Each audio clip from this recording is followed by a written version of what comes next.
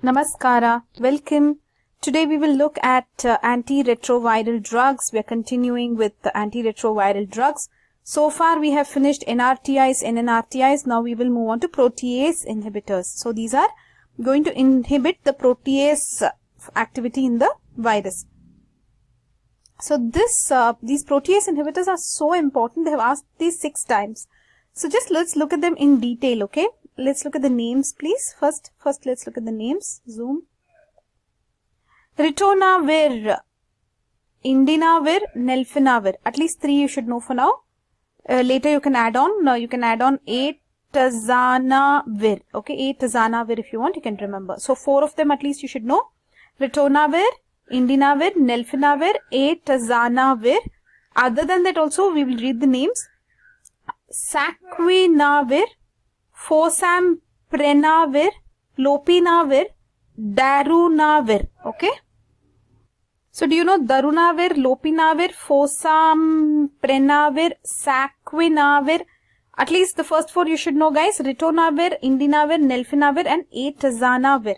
The ones in green which are underlined, no, they have specially asked them in the exam. Ritonavir, Indinavir, Nelfinavir. Apart from that, Atazanavir.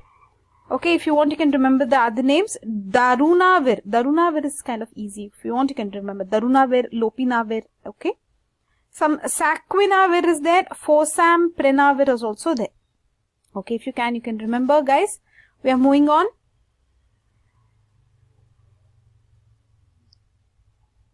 Okay, so what do these do? They inhibit the HIV protease enzyme. So they will inhibit the HIV protease enzyme.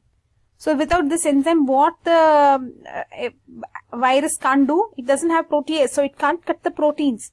So if it can't cut the proteins will remain in inactive state. They cannot become active. Understood? No.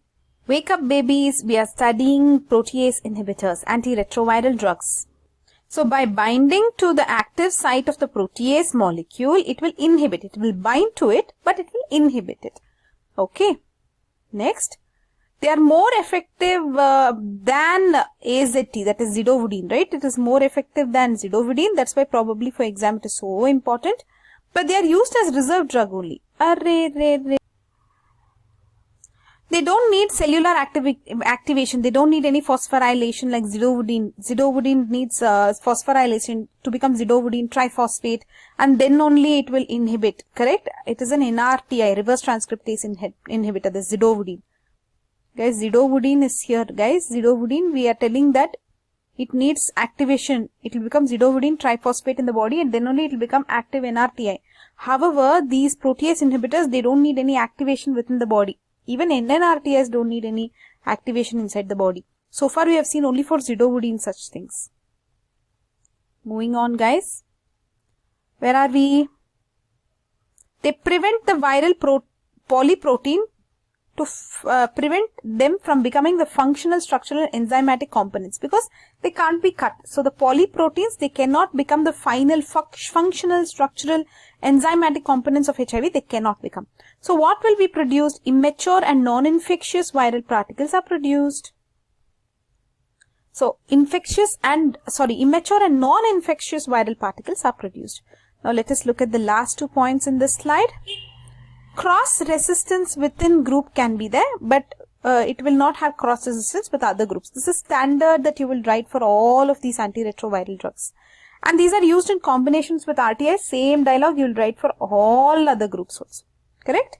So what are the standard two things we will write? Cross resistance exists within group, and these are always used in combination with other groups. Okay, these are 2 standard dialogues you will write. Okay.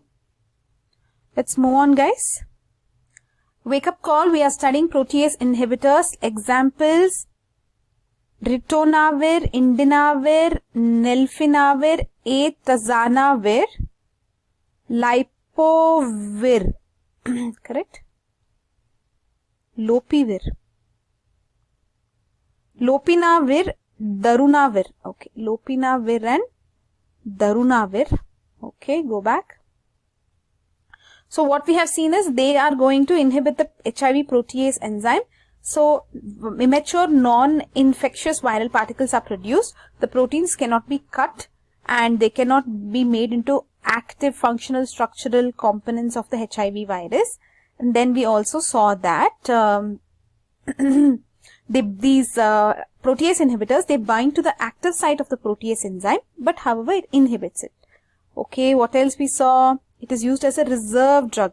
Though it is more effective, it is used as a reserve drug. And they don't need intracellular activation. Very good. Cross resistance occurs within the group, and also they are used in combination with other RTIs to reduce this resistance development.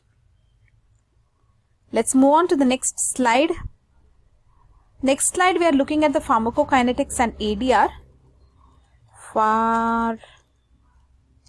Pharmacokinetics of PI and ADR. Actually, there's nothing much in pharmacokinetics. It is taken orally, metabolized in liver, metabolites are excreted in urine. This much is standard that you will write for all the groups. There's no change only that we have seen. In NRTI same, NNRTI same, PI also same.